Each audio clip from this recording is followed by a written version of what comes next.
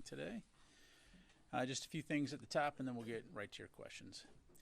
I am pleased to announce today that the Joint Task Force Red Hill in Hawaii has completed its defueling mission at the Red Hill Bulk Fuel Storage Facility, and that Secretary Austin has approved the transfer of command and control of the Red Hill facility to the United States Navy. Joint Task Force Red Hill, commanded by Vice Admiral John Wade, completed their mission to safely and expeditiously defuel the Red Hill Bulk Fuel Storage Facility roughly 6 months ahead of schedule from the original defueling plan. Rear Admiral Stephen Barnett, now dual-hatted as Commander of the Navy Region Hawaii and Commander of Navy Closure Task Force, will have overall responsibility for the final steps to ensure the safe closure of Red Hill. As you may recall, in March 2022, Secretary Austin directed the defueling and permanent closure of the Red Hill facility and established Joint Task Force Red Hill to lead the defueling efforts and maintain command and control of Red Hill Bulk Fuel Storage Facility. Last fall, the Secretary directed a conditions-based transition of command and control from the Joint Task Force to the Navy Closure Task Force, with the Navy assuming responsibility for Red Hill upon completion of the defueling mission. On March 14th, Secretary Austin convened all key stakeholders to verify that all conditions for the transition, to include final transition review and safety measure turnover, had all been met. Joint Task Force Red Hill and Navy Closure Task Force Red Hill will hold a transfer of authority ceremony later today at the Battleship Missouri Memorial at 4 p.m. local time in Hawaii, 10 p.m. Eastern Time. The ceremony will mark the official transfer of authority from JTF Red Hill to the newly established Navy Closure Task Force Red Hill as they assume full responsibility for the facility and its closure. And between mid-January and the end of March, the Navy Closure Task Force Red Hill was fully integrated with the JTF Red Hill team to ensure continuity of mission for safety, security, and community engagement. The Department of Defense and the United States Navy remain deeply committed to protecting the public's health and preserving the environment. The Navy will continue its work to safely close Red Hill while protecting the safety of the surrounding community and being responsible environmental stewards in Hawaii. The transfer of authority ceremony will be broadcast live on defense.gov. Switching gears, nearly 2,000 Marines and sailors arrived in Australia's Northern Territory this week to begin the 13th annual iteration of Marine Rotational Force Darwin, which strengthens the Australia-U.S. alliance and our combined capabilities. Over the next 6 months, MRF Darwin will conduct a series of exercises and training events with the Australian Defence Force and other regional allies and partners to establish a forward-postured crisis response force, enhance interoperability between our forces, and contribute to a more stable and secure Indo-Pacific. For more information, please contact the U.S. Marines. And finally, as you may have seen earlier today, DoD's Chief Information Office released its Defense Industrial Base Cybersecurity Strategy. Spanning fiscal years 2024 through 2027, the DoD's Defense Industrial Base Cybersecurity Strategy provides a path forward for the department's internal and industry-facing cybersecurity activities. The strategy's vision, mission, goals, and objectives support the directives and priorities of the National Defense Strategy, the 2023 National Cybersecurity Strategy, and the 2023 DoD Cyber Strategy. You can read more about this on defense.gov. With that, I'll be glad to take your questions. We've got Associated Press on the phone, so let's go with Lita Baldor, AP, first. Hi, thanks, Pat. Today, General Brown said that some of the weapons that Israel has asked for and wants have not been provided by the United States, that they've asked for things that either the US doesn't have the capacity to give or doesn't want to give. Can you add a little any more to that? Like, what types of weapons has the United States not provided to Israel that it wanted? And is it largely due to risk and what's available, or are there other things such as conditioning that on progress in humanitarian efforts that sort of keyed into that? Yeah, thanks very much, Lita. As you know, we have a very long-standing security relationship with Israel, and certainly after October 7th, we worked very hard to rush security assistance to Israel in support of their efforts to defend themselves against attacks from Hamas and future terrorist attacks. And when it comes to the provision of security assistance to include weapons and weapon systems, obviously I don't want to get ahead of those conversations. Those are always ongoing conversations. But through programs like foreign military finance, foreign military sales, again, it's part of our efforts, longstanding efforts to ensure Israel's qualitative military edge. But to get to your specific question, I don't have any information to provide beyond that. Thank you. Come to the room here, Haley. Thank you. I'm hoping to just get updates on a few things. One on the Benitas and the Army assets heading to Gaza, if those are still expecting to arrive on time, or sort of when we can expect that. And then also on the additional Abbey Gate review, on sort of when that release will be coming. And then anything you have, I know Congress is out, but any update you have on conversations Secretary Austin has had on the supplemental with lawmakers, any talks he's having with them? Sure. On the Abbey Gate review, I don't have a date to provide. Certainly, we'll keep you updated on that front, as will U.S. Central Command.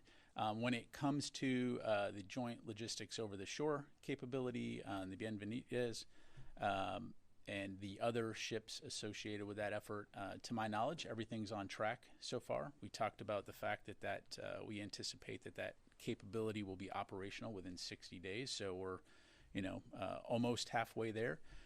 But again, we'll certainly keep you updated on that front. But again, right now, based on the information I have, everything is proceeding according to schedule. In terms of the Secretary's engagement with the Hill, I don't have any specific calls to read out to you now, other than to say he and the department writ large continue to remain actively engaged with Congress and to work with Congress to try to get the supplemental passed. You've heard the Secretary say many, many times that it is vital that we have that additional financial support for multiple reasons, not the least of which is to continue supporting Ukraine in their fight. Thank you. Will. So Niger said yesterday that the U.S. would at some point soon present a plan for the disengagement of American troops from the country. So is such a plan in the works, and do you have any update on the status of U.S. forces there or their future in the country? Yeah, thanks, Will. I did see that article. I think you're familiar with the outlet that it ran in. I really don't have anything on that. To my knowledge, there continue to be ongoing discussions at this time. We'll, of course, keep you updated if there's anything new. There's been no decisions made at this stage on the movement of U.S. forces, and we're still working to get clarification from the CNSP in that regard. So we'll keep you updated. Let me go to Tom and then here. Thanks, Pat. Two quick follow-ups. One is, what led to the 6 months early action on Red Hill? You said they moved 6 months in advance. And my second question is, has there been any more clarity on who will be the NGOs that the U.S. will be working with once the pier is constructed in Gaza? Who will be taking the aid from any more? On Tuesday, Sabrina was unsure. It's an ongoing thing, I realize. Any more clarity on that? Thanks. Yeah, thanks, Tom. On your first question, I think it's a real testament to the effectiveness of Joint Task Force Red Hill, the team led by Vice Admiral Wade, and their commitment and dedication to taking this task very seriously for all the obvious reasons, not the least of which is the public interest in ensuring that we're doing right by the state of Hawaii and the people in Hawaii. And so, they worked expeditiously to do it as safely as possible. And so, obviously we're very glad to see that things have moved along quickly and are confident that the Navy Closure Task Force Red Hill will continue that tradition. In terms of the NGOs and the efforts to receive and distribute aid, as Sabrina highlighted, that work is still ongoing. USAID has the point when it comes to, and State Department have the point when it comes to working with NGOs in that regard. Certainly the DoD is part of those conversations.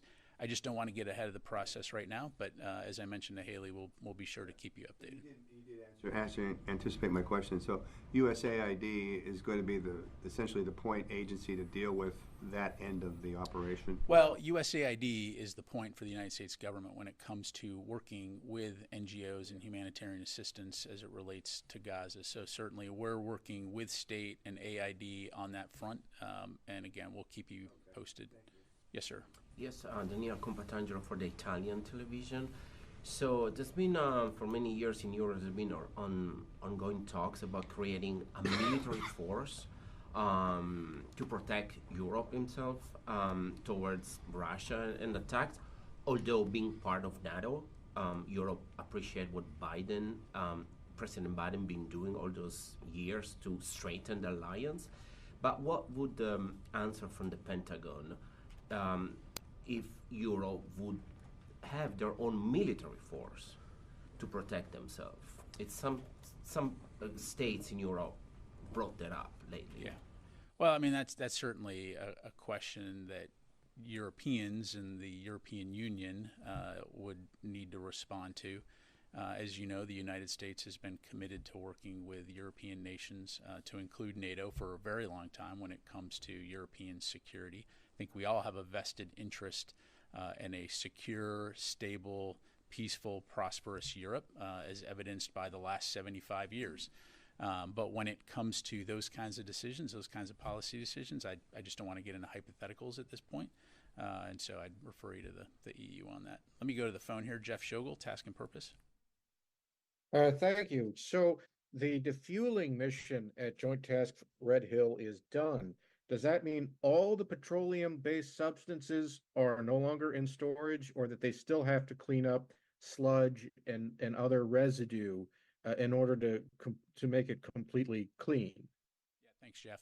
So, right up front, the department will remove every single drop of fuel from the facility as we've been directed to do. And so what Joint Task Force Red Hill has done is they've removed all the fuel in the bulk fuel storage facility that could be accessed by either gravity flow or other non-destructive means. And so there is a small quantity, approximately 4,000 gallons, of known residual fuel that remains in the facility. And so Navy Closure Task Force Red Hill, they are best situated to remove this known residual fuel as it can only be removed by what's known as destructive means. And so, in other words, thermal oxidation, essentially in layman's terms, as I understand it, burning it out.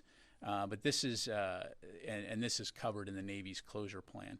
They will also, Navy Closure Task Force Red Hill will also remove the pipelines as well as the sludge that is in the bottom of the tanks.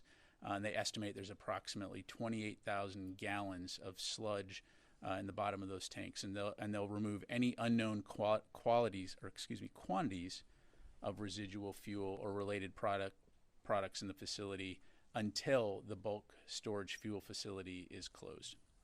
Come back in the room here. Yes, sir. Thank you. I have a couple on Ukraine and ISIS. So with the newly approved budget, there is $300 million for the USAI program for Ukraine. Have you considered using those funds to procure additional items for Ukraine, like much-needed artillery rounds, for example? Well, I think we've been very clear when it comes to Ukraine. First of all, we're going to continue to support them for the long haul. Second of all, we really need Congress to pass the supplemental budget. That is the route to ensuring that Ukraine has the support that it needs and the volume of support that it needs to continue the fight. But what about those $300 million now? In terms of USAA program, like procure rounds, send them to Ukraine when there's this gap. Yeah, again, I don't have anything further to provide beyond that. So One on ISIS, has the Pentagon adjusted its force posture anywhere in response to emerging threats from ISIS or ISIS-K? And has the Pentagon shared any additional threat intelligence with any countries since the Moscow attack under duty to warn?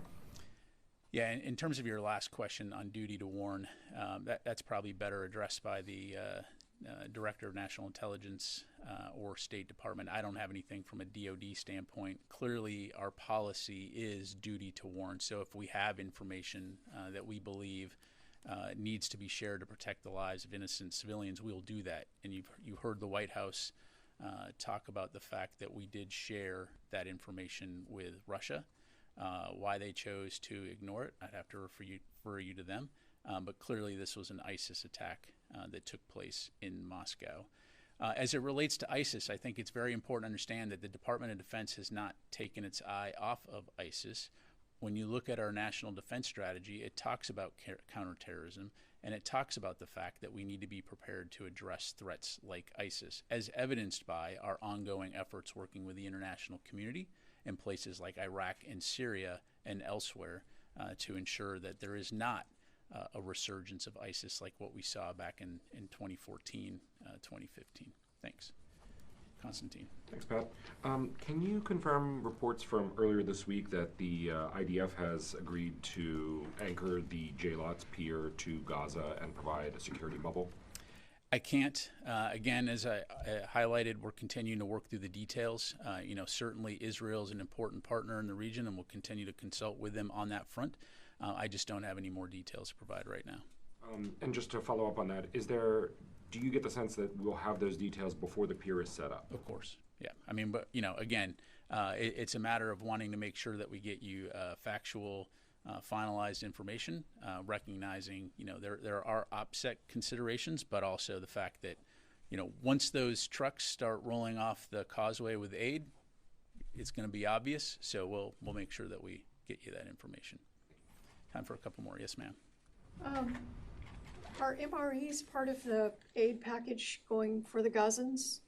There was some discussion about this earlier today, and whether there might be a need for additional nutritional content that's specific to developmental needs of the very young.